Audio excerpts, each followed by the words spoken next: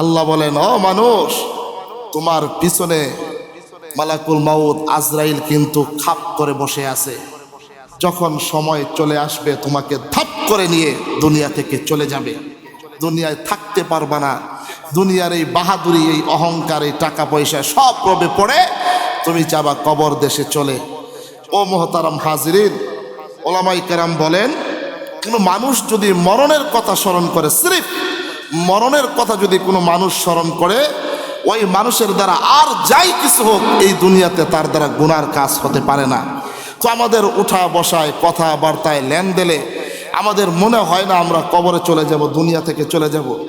আমাদের উঠা বসায়, কথাবার্তায়, চাল চলনে মনে হয় যে এই দুনিয়া চিরস্থায়ী, এই দুনিয়ার মধ্যেই মনে হয় আমরা থেকে যাব।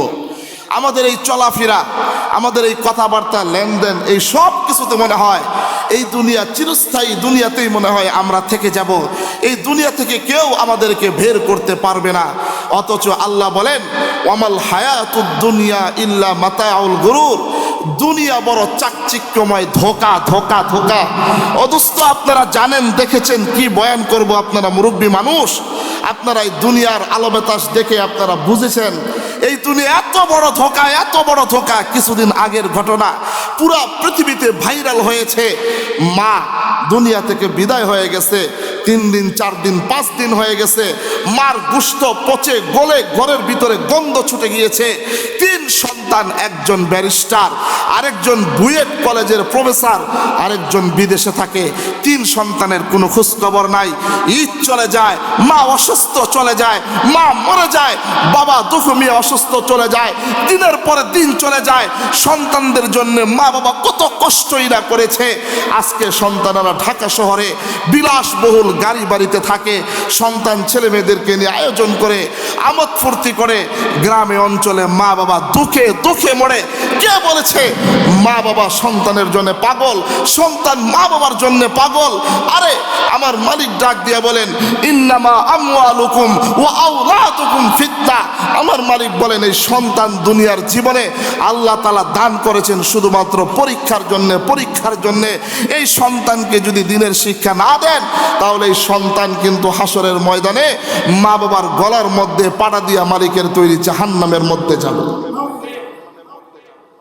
অথচ আজকে যুবক ভাইদের কি অবস্থা? আজকে দেখবেন ব্রাজিল আর্জেন্টিনার খেলায় এরা রাত্র জাগরণ করে, ঘন্টার পরে ঘন্টা রাত্রে জাগরণ করে ব্রাজিল আর্জেন্টিনার খেলা দেখার কারণে। কি হলো যুব সমাজে? শুধু যুব সমাজ নয়, আমার ঢাকার কথা আমি বলি, আমার জিঞ্জিরের কথা বলি। 60 বছর, 70 বছর, 80 বছর চোখে দেখে না এই সমস্ত মুরব্বীও সারা রাত জাগ্রত হয়ে আর্জেন্টিনা ব্রাজিল খেলার দেখার জন্য তারা রাতের পরে রাত, ঘন্টার পরে ঘন্টা সময় ব্যয় করতেছে। অথচ হাজার হাজার টাকা খরচ করে বাড়ির উপরে পতাকা উড়ায়, হাজার হাজার টাকা খরচ করে জার্সি কিনে পড়ে, লক্ষ লক্ষ টাকা খরচ করে মাইলকে মাইল পর্দা টানায়। অথচ ঘরের ভিতরে মা বাবা অসুস্থ, আর মাসিক টাকা খরচ তো দূরের কথা, ওষুধ কিনা দেওয়া টাকার তাদের মধ্যে যোগ্যতা হয় না। কথা বলেন ঠিক কিনা? এমন যুবকরা পাগল, এমন দেশের জন্য পাগল যারা খ্রিস্টান, যেই দেশে আজান দেওয়া হারাম, যেই দেশে আমার আল্লাহর নাম নেওয়া হারাম, ওই দেশের মানুষদের জন্য যুব সমাজ আজকে পাগল। অথচ আমার মালিক ডাক দিয়ে বলে, আর রহমান আল্লামাল কোরআন খলাকাল ইনসান আল্লামাহুল বায়ান। ও যুবক, ও মানুষ, আমি তোমাদেরকে কিভাবে সৃষ্টি করেছি। লাকাদ খলাকনাল ইনসানা ফি আহসানি তাকওয়িম। আরে তুমি যে দুনিয়াতে আসবা, এর কোনো নাম গন্ধ দুনিয়ার মধ্যে ছিল না। আমার মালিক ডাক দিয়া বলেন, হাল আতা আলাল ইনসান হিনুম মিনাদ দাহরি লাম ইয়াকুন শাইআম মাযকুরা। তোমার নাম আব্দুর রহমান, তোমার নাম আব্দুল করিম, তোমার নাম আব্দুস সাত্তার, এই সংখ্যা পৃথিবীর কোন মানুষ জানতো না। তোমার মা কে হবে, তোমার বাবা কে হবে, এই পৃথিবীর কেউ জানতো না। আমি তোমার মা বাবার 2 জনকার মধ্যে বৈবাহিক বৈধ বন্ধন সৃষ্টি করে দিলাম। তোমার মার ভিতরে তোমার বাবার পৃষ্ঠদেহে 1 ফোঁটা নাপাক পানির মাধ্যমে তোমাকে আস্তে আস্তে বীর্য থেকে রক্ত, রক্ত থেকে মাংস, মাংস থেকে পিণ্ড, এরপরে খলাকনাল ইনসানা ফি আহসানি তাকওয়িম, তোমাকে সুন্দর অবয়ব দিবে মানুষ দিয়ে তোমাকে সৃষ্টি করলাম। আজকে আমার দুনিয়া আইসা আমার দেওয়া জবান, আমার দেওয়া বাক শক্তি, আমার দেওয়া জবান, আমার দেওয়া সব কিছু ব্যবহার করে আর্জেন্টিনা খেলা আর ব্রাজিল খেলার দেখার জন্য রাত্রি যাপন করো। অথচ দরকার ছিল রাত্রে উঠে তাহাজ্জুদ নামাজ পড়ে সেজদায় পড়ে পড়ে মালিকের দরবারে বলা সুবহানা রাব্বিয়াল আলা বলে বলে বলা, হায় মালিক তুমি আমাকে দয়া করে মায়া করে বানাইছো। মালিক শয়তানের কুমন্ত্রণায় পড়ে, নফসে আম্মারার ধোকায় পড়ে এই দুনিয়া বরবাদ করে দিয়েছি, এই জীবন বরবাদ করে দিয়েছি। এইটা বলা দরকার ছিল, এইটা করা দরকার ছিল। হায় যুব সমাজ আজকে ধ্বংসের পথে, হায় মুরব্বীরা পর্যন্ত আজকে ধ্বংসের পথে, আরে গার্জিয়ানরা পর্যন্ত ধ্বংসের পথে। আজকে এমন অনেক মা বাবা আছে, ছেলে মেয়েরা আবদার করে বাবা আমি আর্জেন্টিনার জার্সি কিনবো, ব্রাজিলের জার্সি কিনবো, টাকা দাও। বাবা মা কোনো প্রকার প্রতিহত করে না, কোনো প্রকার প্রতিবাদ করে না, ব্যাগ থেকে পকেট থেকে টাকা বের করে ছেলে মেয়েদেরকে দিয়ে দেয়। খোদার কসম করে বলি, খোদার কসম করে বলি, মান তাশাব্বাহা মিনহুম ফাহুয়া মিন, যারা যেই দেশে যাদের সাথে সুসম্পর্ক রাখবে হাসরের ময়দানে হাসর নাসর তাদের সাথেই হবে। এই জন্য মোহতারাম হাজিরিন যুবক ভাইদেরকে বলবো, লক্ষ লক্ষ টাকা খরচ করে বছরে একটা মাহফিল দিলেই তোমাদের দায়িত্ব শেষ নয়।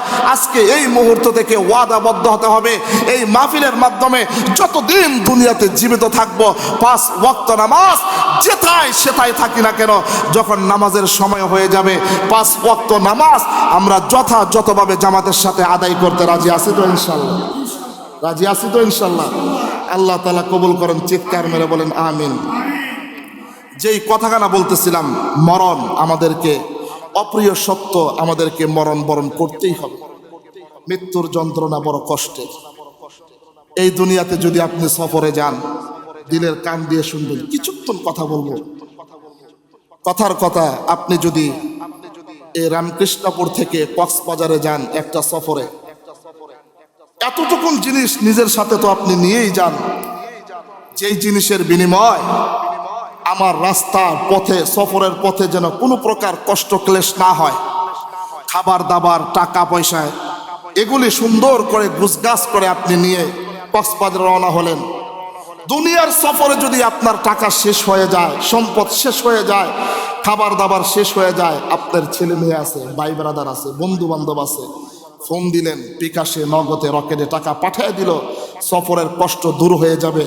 কিন্তু দোস্ত, মরণের মাধ্যমে কবর থেকে হাসরের ময়দানে এই লম্বা এক সফর, এই সফরের ভিতরে আপনার টাকার ব্যবস্থা কে করবে, আরামের ব্যবস্থা কে করবে, শান্তির ব্যবস্থা কে করবে?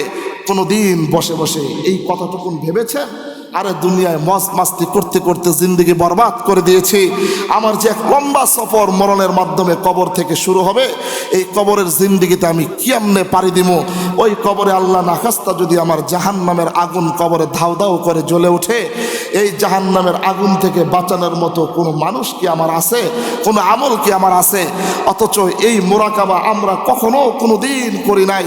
অথচ নবী আলাইহিস সালাতু ওয়াস সালাম, আরে যার জন্য আসমান বানাইছে, জমিন বানাইছে, আরে যার জন্য 7টা জান্নাত 8টা জাহান্নাম আল্লাহ তাআলা বানাইছে, আরে যার জন্য লৌহ কলম আরশে আজিম বানাইছে, আরে যাকে না বানাইলে আল্লাহ তাআলা আসমান জমিন লৌহ কলম আরশে আজিম কোনো কিছুই বানাইতো না, সেই নবী মরণের কথা স্মরণ করে করে কবরস্থানে গিয়ে গিয়ে 2 চোখের পানি ফালায় ফালায় কাঁদে, উম্মতের জন্য কাঁদে।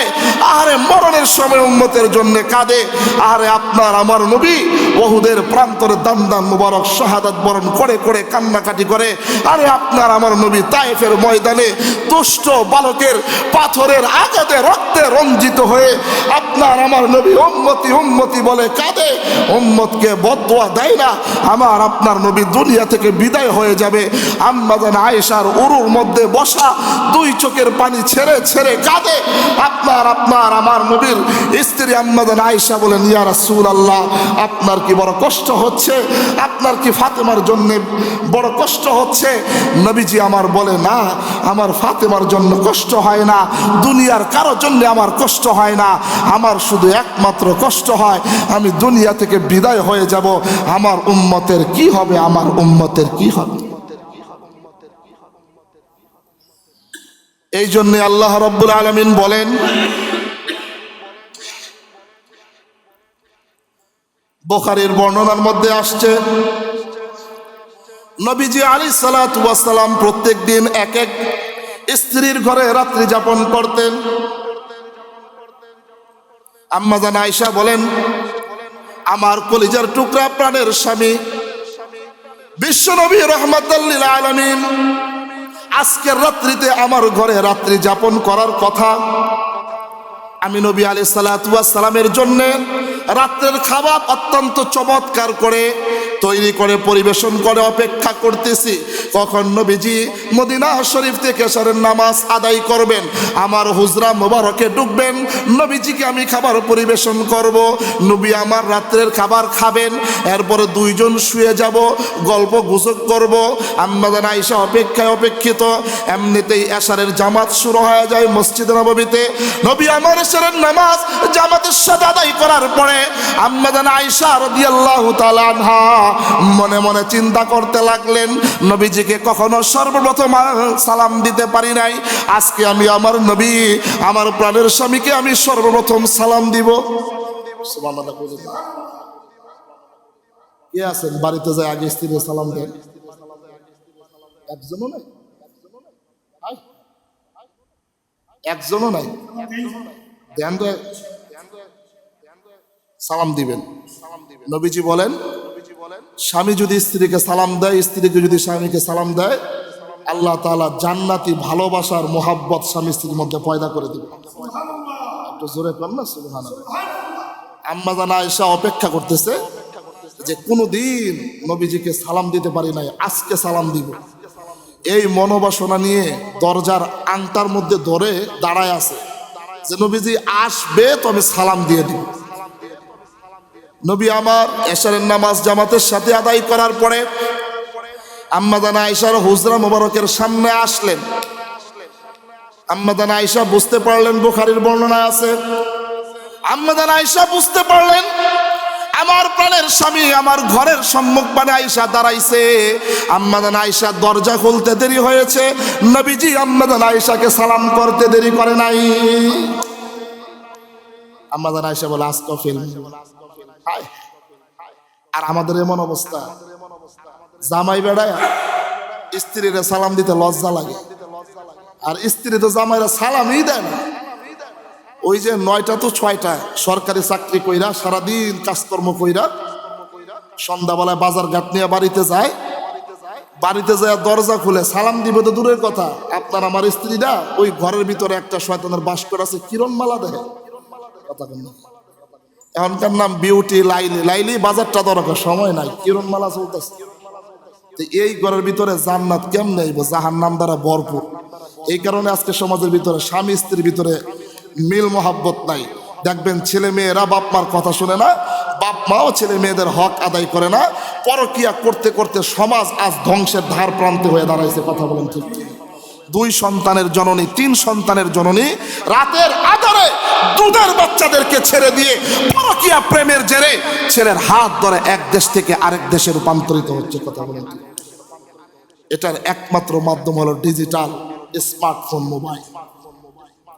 এই মোবাইল যখন থেকে ঘরে ঢুকছে, ওই ঘর থেকে আল্লাহর রহমত উঠে গেছে।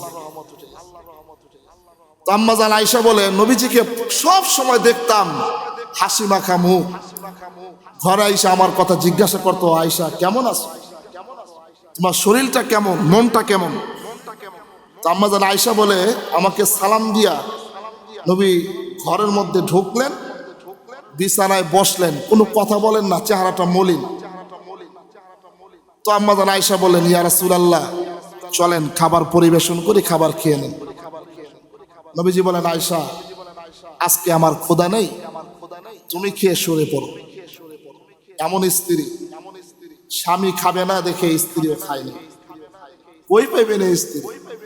আর বর্তমানের স্ত্রী নিজে খাইয়া আরেকজনের নাম, তাই খাইলে খাইলো, না খাইলে না খাইলে।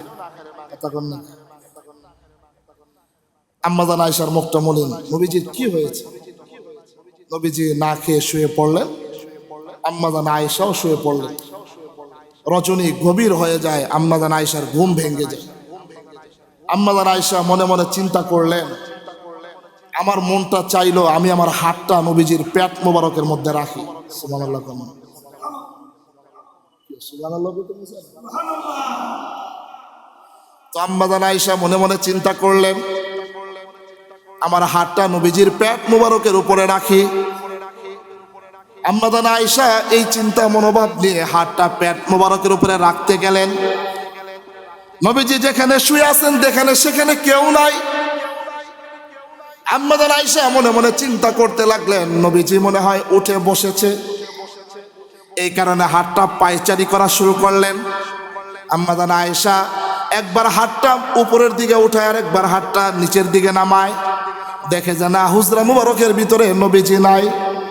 আম্মা জান আয়েশা পেরেশান হয়ে গেলেন, ঘুম থেকে উঠে বসলেন, বসার পরে দেখে হুজরা মুবারকের ভিতরে নবীজি নাই। আম্মা জান আয়েশা বড় চিন্তার মধ্যে পড়ে গেলেন, আরে গত রাত্রে আমার হুজরা মুবারকের মধ্যে নবীজি প্রবেশ করলেন, কোনো খাবার খাইলেন না, মুখটা মলিন, এমনকি কোনো বেয়াদবি করে ফেলেছি যার কারণে নবীজি আমার সাথে কোনো কথা বলেন নাই। রাত্র রজনীতে, গভীর রজনীতে নবীজি আমাকে না বলে হুজরা মুবারক থেকে কোথায় বের হয়ে গিয়েছে। নবীজি প্রায় পাগল পাড়া হয়ে গেছে। নবীজি হুজরা মুবারক থেকে বের হয়ে আম্মা জান সাউদা রাদিয়াল্লাহু তাআলা আনহার ঘরে গিয়ে খোঁজাখুঁজি করে। আম্মা জান সাউদা রাদিয়াল্লাহু তাআলা আনহার ঘরে না পেয়ে উম্মে সালামা রাদিয়াল্লাহু তাআলা আনহার ঘরে গিয়ে খোঁজাখুঁজি করে, ওই আম্মা জানের ঘরে গিয়ে খোঁজাখুঁজি করে, ওই আম্মা জানের ঘরে গিয়ে খোঁজাখুঁজি করে। আম্মা জান আয়েশা পরায় পাগল পাড়া হয়ে যায়, নবী আমার কি হয়েছে আমাকে না বলে গভীর রজনীতে নবী কোথায় চলে গেছে। আম্মা জান আয়েশা আউলা কেশে বাউলা বেশে একবার ডান দিকে দৌড়ায় আর একবার বাম দিকে দৌড়ায়। যারা মক্কা মদিনায় গিয়েছেন, মদিনা শরীফের পাশেই একটা কবরস্থান আছে, যেই কবরস্থানের নাম হলো জান্নাতুল বাকি গোরস্থান। আম্মা জান আয়েশা রাদিয়াল্লাহু তাআলা আনহা নবীজিকে তালাশ করতে করতে করতে করতে এমনিতে গিয়ে দেখে জান্নাতুল বাকি গোরস্থানের মধ্যে যাইয়া নবী আমার দুই হাঁটু গাইরা ছোট বাচ্চাদের মতো দুই চোখের পানি ছাইরা এমনিতেই একবার আসমানের দিকে তাকায়, আবার জান্নাতুল বাকি গোরস্থানের কবরের মধ্যে তাকায়, বুকের ভিতরে হাত চিপড়ায়। আপনার আমার নবী আকায়ে নামদার তাজদারে মদিনা সরকারে দু আলম জনাবে মুহাম্মদুর রাসূলুল্লাহ সাল্লাল্লাহু আলাইহি ওয়াসাল্লাম আসমানের দিকে তাকায় বলে, মালিক এই কবরের ভিতরে শত শত বছর কেমনে আমি থাকবো? আরে নবী আমার যদি কবরের যন্ত্রণার কথা স্মরণ করে রাত্রের ঘুম হারাম করে দিয়ে জান্নাতুল বাকি গোরস্থানের মধ্যে আয়েশা নবী যদি এমনি বাচ্চাদের মতো কান্নাকাটি করা শুরু করে, আম্মা জান আয়েশা এমনিতেই নবীজির পিছনে দাঁড়ায় যায়। নবীজির বাচ্চাদের মতো কান্না দেখে আম্মা জান আয়েশা সহ্য করতে পারলেন না, নবীজিও কাঁদে, আম্মা জান আয়েশাও কাঁদে। আম্মা জান আয়েশা দুই চোখের পানি ছাইরা দিছে, গড় গড় করে পানিগুলা গাল থেকে বেয়ে বেয়ে যখন নবীজির কাঁধ মোবারকের মধ্যে পড়ে, নবীজি উপরে তাকায় দেখে কলিজার টুকরা স্ত্রী ঘর থেকে জান্নাতুল বাকি গোরস্থানের মধ্যে চইলা আসছে। এমনিতেই নবী আমার আম্মা জান আয়েশাকে জড়ায় ধইরা কপালে চুমু খায়, স্বামী কাঁদে, স্ত্রী কাঁদে। ঘরের মধ্যে যাইয়া যাই নামাজ বিছায়া নবীজির কুদরতি পায়ে সেজদায় পইরা এমনিতেই কাঁদে, আল্লাহুম্মা হাসিবনি হিসাবান ইয়াসিরা, আল্লাহুম্মা আজিরনি মিনান নার। এইভাবে বলে বলে কান্নাকাটি করে। আমার আপনার নবী যদি মরণের কথা স্মরণ করে, জাহান্নামের কথা স্মরণ করে, আরে মৃত্যুর কথা স্মরণ করে, যদি এইভাবে রাতের পরে রাত কান্নাকাটি করতে পারে, আপনার আমার কি হইল? অদোস্ত বুজুর্গ এমন কি বলতে পারবেন, হুজুর একটা রাত্র জাগ্রত হয়েছি মরণের কথা স্মরণ করে? এই জন্য দোস্ত আমার, এই দুনিয়া কিন্তু বড় আলোচনা যাই করেছি, মুলাক্কাস আমাদেরকে চলে যেতে হবে, কেউ থাকতে পারবেন না। ছেলে বলেন, মেয়ে বলেন, স্ত্রী বলেন, সব স্বার্থপর, সব। এখন মরেন, আপনাকে কবর দেওয়ার আগে মনে মনে চিন্তা করবে, বাবার কোন জমিনটা মিলে। কথা কন না কেন? এই জন্য আমার কবরে আমাকেই যেতে হবে, আমার হিসাব নিকাশ আমাকেই দিতে হবে, কহার নামক রবের সামনে আমাকেই দাঁড়াতে হবে, তো দুনিয়ায় বুঝ আমারই করতে হবে। এই জন্য মোহতারাম হাজিরিন যারা আছেন, অত্যন্ত 5 ওয়াক্ত নামাজ জামাতের সাথে পড়েন, ছেলে মেয়েদেরকে কোরআনের শিক্ষাটা দিয়েন, যাতে করে মরণের পরে আপনার কবরের সামনে দাঁড়ায়া সূরা ফাতিহা আর ইখলাস পড়তে পারে, এতটুকুন শিক্ষা দিয়েন। আর নবীজি বলেছেন যে প্রত্যেক দিন 70 বার মরণের কথা স্মরণ করবে, দান করবেন। এই জন্যে আর লম্বা সময় নয়, আমার সংক্ষিপ্ত সময় বেশি থেকে বেশি তওবা করবেন। তওবা এমন এক, আল্লাহ তাআলা এমন এক ফায়দা রেখেছেন এই তওবার ভিতরে। সব দরজা বন্ধ, তওবার দরজা খোলা। এই জন্য তওবার হালতে থাকবেন। কখন কার মরণ চলে আসে কেউ বলতে পারে না। সব সময় তওবার হালতে থাকবেন।